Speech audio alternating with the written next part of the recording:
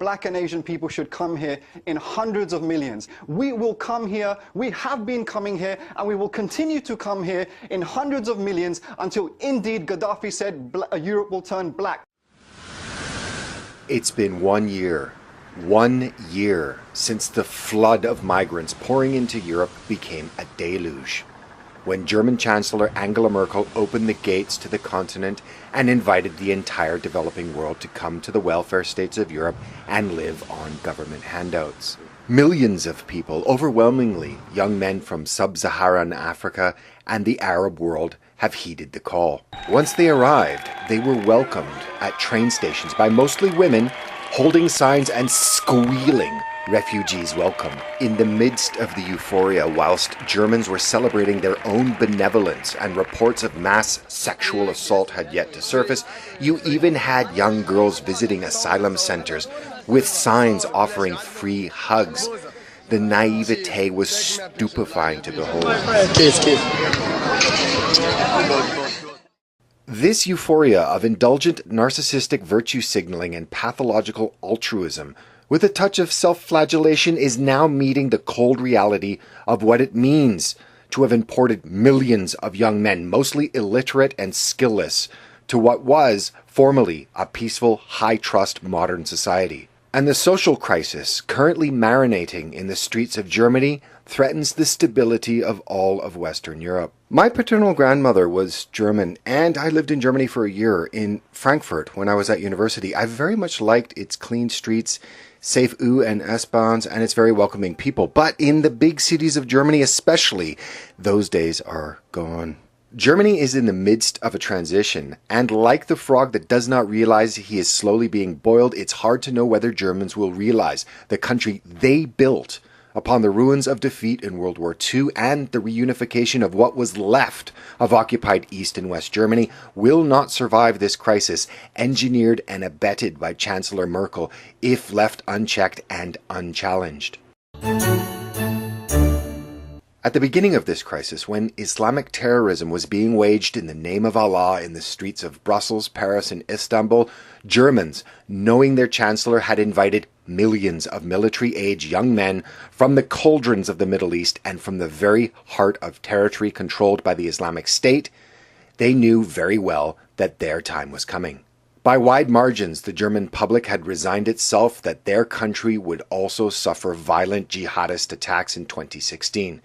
And they were right. Jihadists' attacks across the continent are now becoming normalized, as they are in Germany, which has suffered multiple such attacks in the first half of 2016. However, Mother Merkel, as she is known to the millions of migrants that have arrived, as well as the millions of others around the world that hope to enter the EU, denies the reality that is staring her in the face. It doesn't matter how many times Islamic terrorists squeal Allahu Akbar before they unleash their violence upon unbelievers, Angela Merkel steadfastly denies that migrants have brought either violence, crime, or jihad to Germany. In fact, it is thought crimes, as well as the crime of having an opinion that differs from the state-sanctioned speech codes that her government and German authorities have concerned themselves with.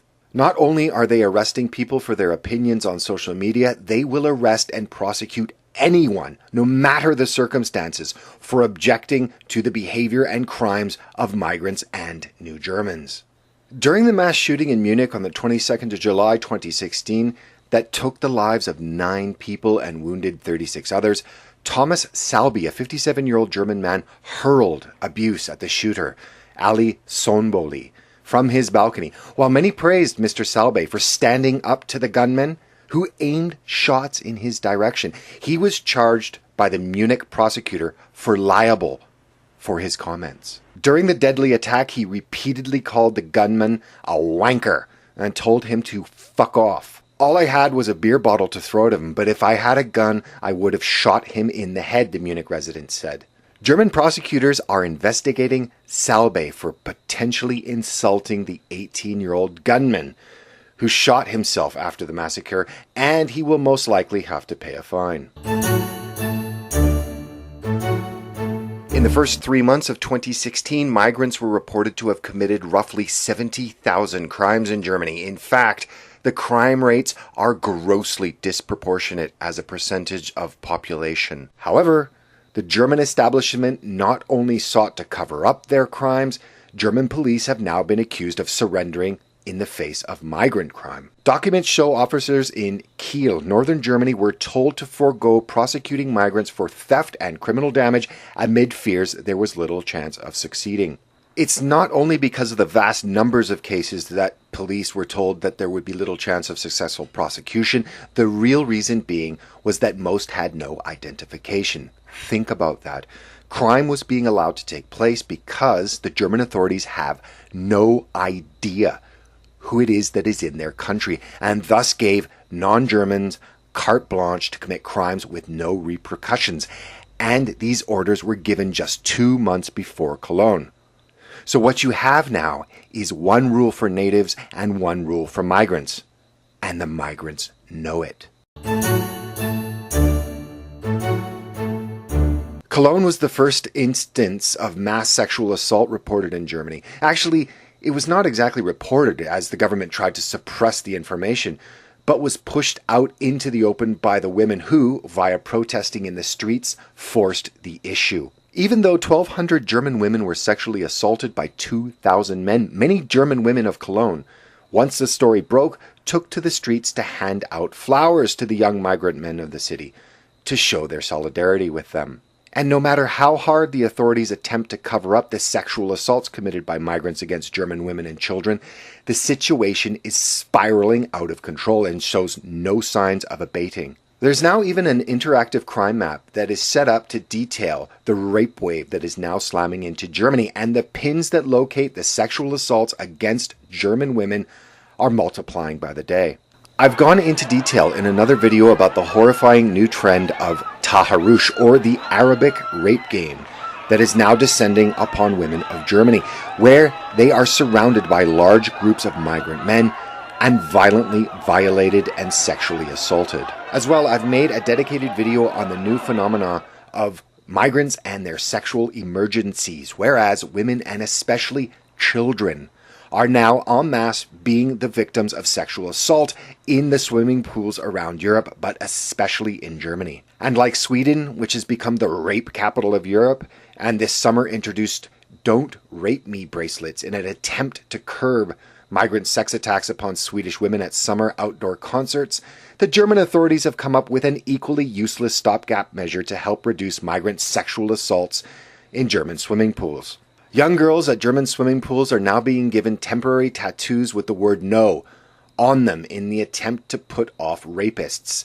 The stick-on messages say no in German and English, but strangely not in Arabic, and officials hope they will lead to a fall in sexual assaults at public baths. The overall safety of women and children has become a very real problem in Germany and looks to only worsen as time goes by. Retired Syrian professor Bassam Tibi of Göttingen University, and with fellowships at Princeton, Berkeley, Harvard, and Yale, has said the mass sex attacks in Cologne were the result of the migrants' value system. A value system that is incompatible with modernity, and that they are furious at not being given a luxury lifestyle, and they intend to humiliate Germans. The professor revealed that Arabs believe themselves to be honorable and that Germans are not, as German women are allowed to sleep with everyone. The decorated academic said that police's fear of the racist accusation is greater than their fear of the decline of public order. This, he contends, leads migrants to view German police as wimps. The political scientist noted that taxpayers are providing migrants with far more than they could expect even with wages in their homelands, but warned they find the hospitality insufficient. He asserted that Arab migrants see slut German women as fair game for assault, and warned that the country is set to see big social conflicts as a result of Angela Merkel and EU open border policies. Professor Tibi argued that sexual assaults on German women are driven by vengeance for not being given nice cars and flats. He also pointed to Syrian culture playing a part. If such men do not get what they expect, They are angry. In the culture I come from, you want to humiliate people who make you mad. In the Orient, to humiliate a man, one rapes his wife. My guess is that these young Muslim men wanted in Cologne to humiliate the women, and behind this humiliation is the humiliation of the German man. The woman is an instrument for it. Syria and Russia have been blamed by the mainstream media for the weaponization of migrants in Europe. However, it is Recep Erdogan, the president of Turkey, that has threatened to unleash millions from around the Muslim world upon Europe should his government not be given billions of euros as well as visa-free travel within the Schengen zone. He holds the Islamic migrants like a dagger to the throat of Europe, while his fellow countrymen, now into their third generation in Germany, are being pleaded with by Chancellor Merkel to show even an inkling of loyalty to the country that has taken them in. Many have little loyalty to their host country, and Ms. Merkel's government is nervous of the tensions in Turkey spilling over into Germany. Welt newspaper this week published allegations that Turkish intelligence operates a larger network of informers in Western Germany than the East German Stasi had, and uses it to intimidate ethnic Turks who oppose Erdogan's regime.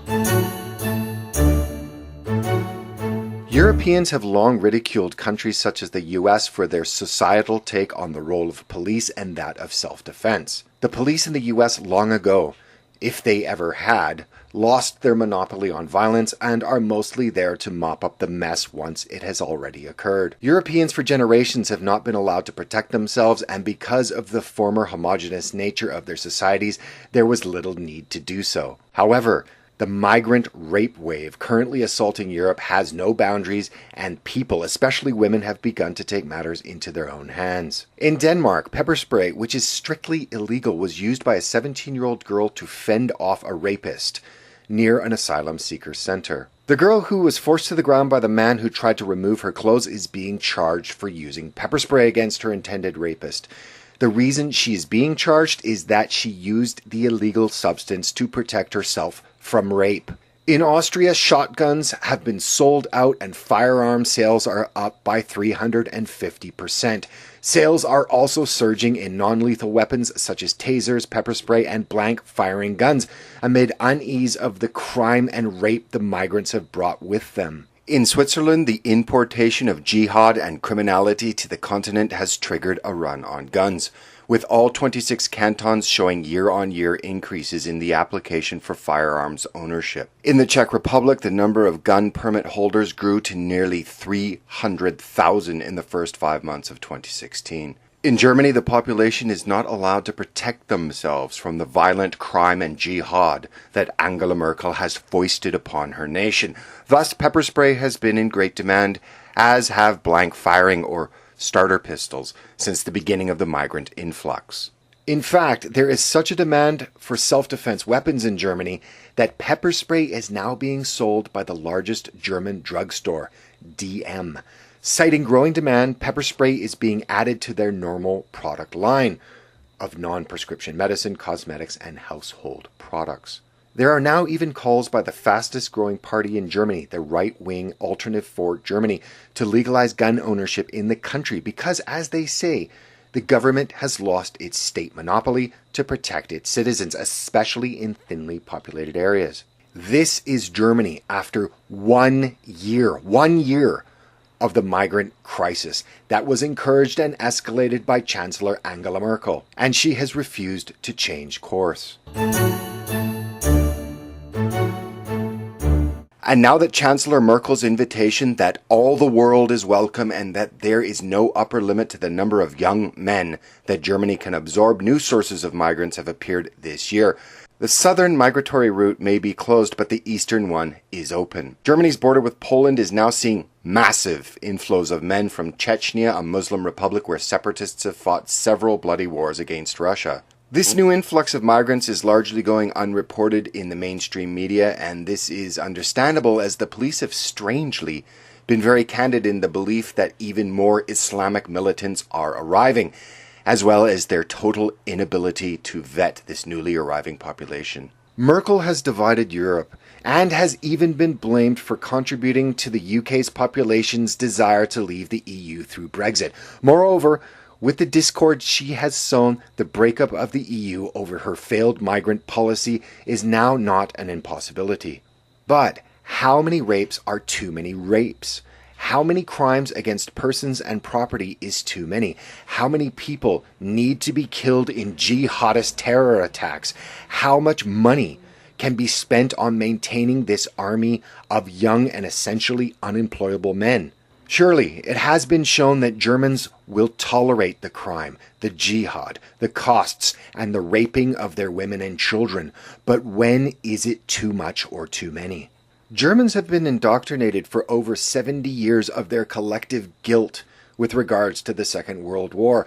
The minuscule numbers of Germans that were actually held responsible by the victors of the war have long since perished. Today, most Germans are more frightened to be called neo-Nazi or racist than they are to have their children or wives gang-raped, their country pillaged, and their very lives given up on the altar of tolerance and diversity. Having watched this year-old crisis go from vapid platitudes and childish naivete to the authorities now considering the introduction of the military to patrol the streets of Germany, has been breathtaking in its escalation and would be comedic if the stupidity of the virtue-signaling political class in concert with a large segment of the zombified population was not so destructive. The next 5 years will either seal Germany's and with it much of the rest of Western Europe's fate, or there will be a rebirth in pride and a demand for the continued existence of Germany as a German nation, and for Europe's culture to remain Western in character. Which will it be is hard to tell, but one thing is certain. It will get much worse before it gets better, or before Germany is no longer German. Please consider subscribing to this channel. It will be updated regularly.